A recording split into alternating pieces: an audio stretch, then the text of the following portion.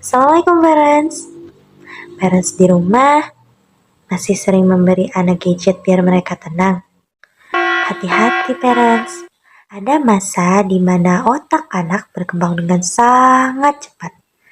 Pada masa ini, penting untuk memberikan stimulasi yang tepat kepada anak. Apabila anak tidak mendapatkan stimulasi yang tepat dan juga sesuai, maka akan sangat berpengaruh pada tumbuh kembang anak. Stimulasi yang seperti apa dan bagaimana? Yuk kita simak di video kali ini.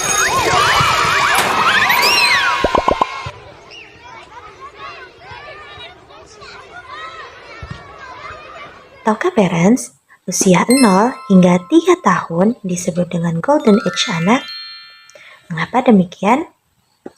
Karena pada masa ini anak mengalami perkembangan yang sangat luar biasa. Otak anak mengalami perkembangan hingga 80% dari ukuran otak orang dewasa. Selain itu, otak anak juga membentuk hingga jutaan jaringan sel saraf baru di setiap detiknya.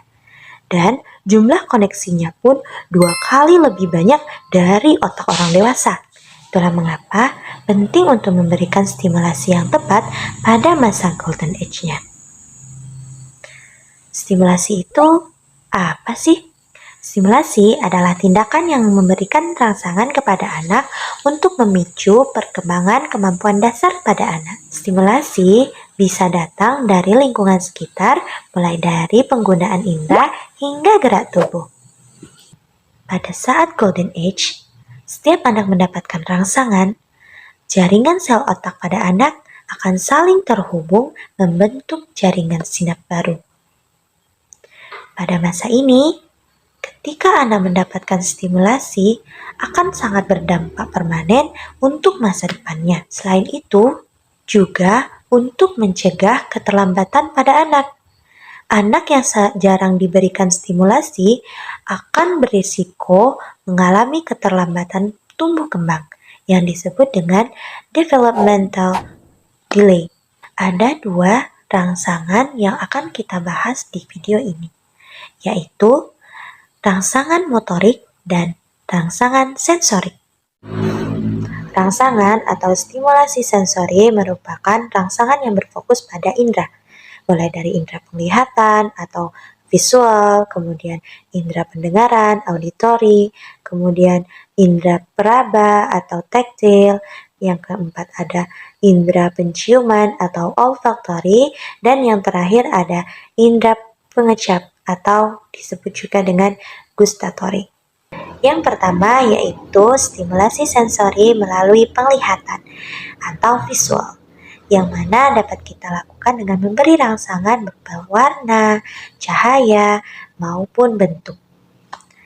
Nah, ini dapat kita lakukan dengan memberikan aktivitas seperti melakukan berbagai ekspresi wajah, melakukan gerakan cilukba, menggelindingkan bola, atau bisa juga dengan kita memberikan buku bergambar kepada anak. Yang kedua, yaitu stimulasi sensori melalui indera pendengaran atau auditori. Ini dapat kita lakukan dengan memberikan rangsangan pada anak berupa suara, nada, volume, atau irama. Untuk aktivitas yang dapat kita lakukan seperti berbicara atau mengobrol dengan anak, bernyanyi, dengan mendengarkan suara alam, dan lain-lain. Yang ketiga yaitu stimulasi sensori melalui indera peraba atau taktil. Nah, di sini kita dapat memberikan rangsangan pada anak berupa tekstur ataupun suhu. Aktivitas yang dapat kita lakukan misalnya dengan bermain air atau dengan menyentuh benda, baik itu yang berupa kasar, halus, dan lain sebagainya. Yang keempat yaitu stimulasi sensori melalui indera penciuman atau olfaktori. Di sini kita dapat memberikan rangsangan melalui aroma. Contohnya seperti ketika para bunda sedang memasak, anak akan mencium aroma dari masakan yang bunda-bunda buat. Yang kelima yaitu stimulasi sensori melalui indera pengecap atau yang disebut juga dengan gustatory. Ini kita dapat memberikan rangsangan berupa rasa. yaitu saat makanan yang masuk ke dalam mulutnya mengandung rasa mulai dari asin, manis, pedas, asam, maupun pahit. Yang selanjutnya yaitu stimulasi motorik. Ini berfokus pada gerak tubuh anak. Stimulasi motorik berfungsi untuk melatih kekuatan otot, keseimbangan, koordinasi, dan juga fleksibilitas. Stimulasi motorik dibagi menjadi dua, yaitu motorik halus dan juga motorik kasar. Stimulasi motorik kasar merupakan stimulasi yang melibatkan otot-otot besar, mulai dari lengan, kaki, dan seluruh tubuh yang menggunakan gerakan besar, seperti mengangkat kepala, berguling, merangkak, kemudian berdiri, berjalan, melompat, ataupun berlari. Stimulasi yang dapat diberikan seperti memberikan tummy time, kemudian menendang bola, atau mengajak anak bermain kejar-kejaran. Kemudian yang kedua yaitu stimulasi motorik halus.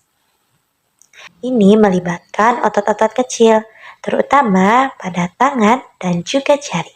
Contohnya seperti meremas, menjumput, kemudian merobek, mencoret-coret, atau menggunting. Dan bisa juga gerakan yang melibatkan otot-otot kecil. Untuk stimulasinya bisa berupa bermain balok, bermain play-doh, meremas, ataupun merobek kertas. Nah, itulah tadi pembahasan mengenai betapa pentingnya memberikan stimulasi yang tepat pada anak di usia emasnya. Karena stimulasi yang tepat merupakan investasi untuk masa depan anak. Assalamualaikum warahmatullahi wabarakatuh. Semoga bermanfaat.